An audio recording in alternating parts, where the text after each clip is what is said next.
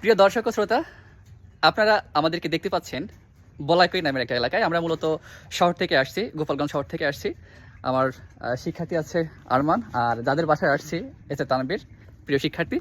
তো এখন আমরা মূলত আসছি পদ্মবিলে, মানে বিলের মধ্যে পদ্ম ফুটেছে সেটা দেখার জন্য। তো এসে যে বিষয়টা আমরা দেখতে পেলাম যে তানভীর বেশ পশুপ্রেমী আর কি, জীবপ্রেমী।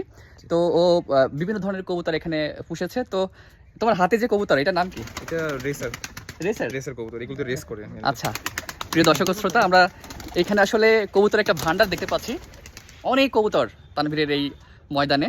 তো তানভীর বলো তো এই কবুতরগুলো কোনটা কার কি নাম? এইটা হলো রেসার, এইটা হলো ব্ল্যাক রেসার, নিচেরটা ব্ল্যাক রেসার। ব্ল্যাক রেসার, এটা হলো জালালি কবুতর। জালালি তারপর কবুতর। নিচে আছে লাল সিরাজি, এটা রেসার। এটা আছে লাল লাল সিরাজি। সিরাজি, আর এটা এটা রেসার। রেসার। আর এখানে আছে ময়ূরী। ময়ূরী। ময়ূরী। ময়ূরী, হাই। ওখানে আছে রেসার। রেসার। আচ্ছা, এরপরে এদিকে আর খুব তো খালি হয়ে গেল, সবাই ওখানে উপরে অবশ্য সবাই উপরে চলে গেছে। নতুন এখানে মানুষ আমাদের যে সদস্যগুলো কিন্তু এখন এই ছাদের উপরে, ওই যে ছাদের উপরে অবস্থান করছে, আপনারা দেখতেই পাচ্ছেন, দেখা যায় ওই যে অনেকগুলো কবুতর। এখন ওই কবুতরগুলোর মধ্যে কি কি আছে বলো তো একটু নাম। ওইখানে কালো সিরাজি আছে, কালো সিরাজি, হ্যাঁ, তো লাল সিরাজি, তারপর লাল গোল্লা, তারপর গ্রিবাস, দেশি, আর মানে বিভিন্ন ধরনের বিভিন্ন জাতের কবুতরগুলো আছে। এখানে একটা পেয়ারা গাছ, পেয়ারা গাছটার নাম কি? কোন ধরনের পেয়ারা? 12 মাসি পেয়ারা, অনেক ভালো, মানে সারা বছরই সারা বছর পেয়ারা পাওয়া যায়। এই সাইজের হবে, একটু বড় হবে, কিন্তু অনেক ভালো।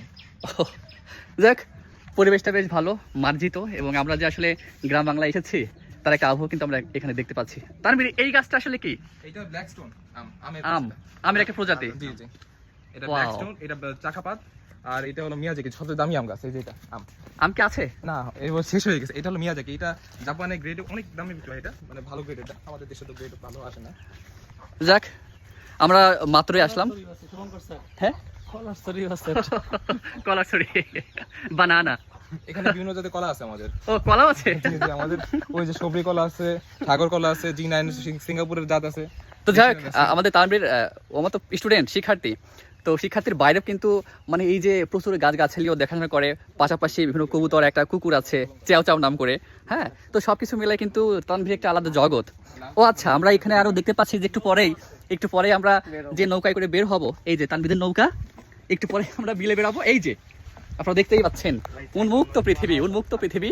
আর আমার সাথেই আছেন গোপালগঞ্জ শহরের মানে অন্যতম সেরা ইংরেজি শিক্ষক, একাডেমিক প্লাস অ্যাডমিশন। আমার শিক্ষার্থী তোমরা যারা দেখছো, অবশ্যই একাডেমিক এবং অ্যাডমিশনে তোমরা স্যারের কাছে আসতে পারো। কেমন লাগছে? অনেক অনুভূতি অসাম। তো গ্রামের ফিল পেতে হলে অবশ্যই কিন্তু গ্রামে আসতে হবে, শহরে ব্লগ দেখে কিন্তু হবে না। আমাদের এই ব্লগ দেখে কিন্তু গ্রামের প্রকৃতি বুঝলে হবে না, একদম আসতে হবে। ন্যাচারালি আসতে হবে। এসে সবকিছু পর্যবেক্ষণ করে, অবজার্ভ করে একদম ফিলটা নিতে হবে, তাহলেই আসল মজা পাওয়া যাবে, যেমনটা আমরা এখানে পাচ্ছি। একদম। একটু পরে আমরা বের হব, আর ব্লগ হবে, আরো ভিডিও হবে, সাথেই থাকবেন।